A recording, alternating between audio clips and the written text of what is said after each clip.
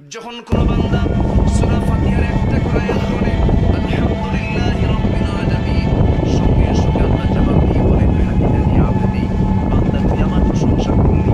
আর রহমানির রহিম যখন বলে আল্লাহ বলেন আসনা আলাইয়া আবদি, মালিক ইয়াউমিদ্দিন যখন বলে আল্লাহ বলেন মাজ্জাদানি আবদি।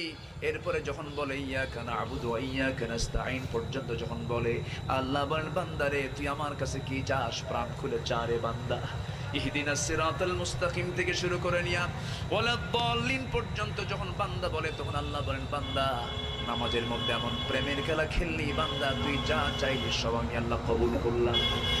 ওই বান্দা যখন রুকুতে যায় আল্লাহ তখন অস্থির হন।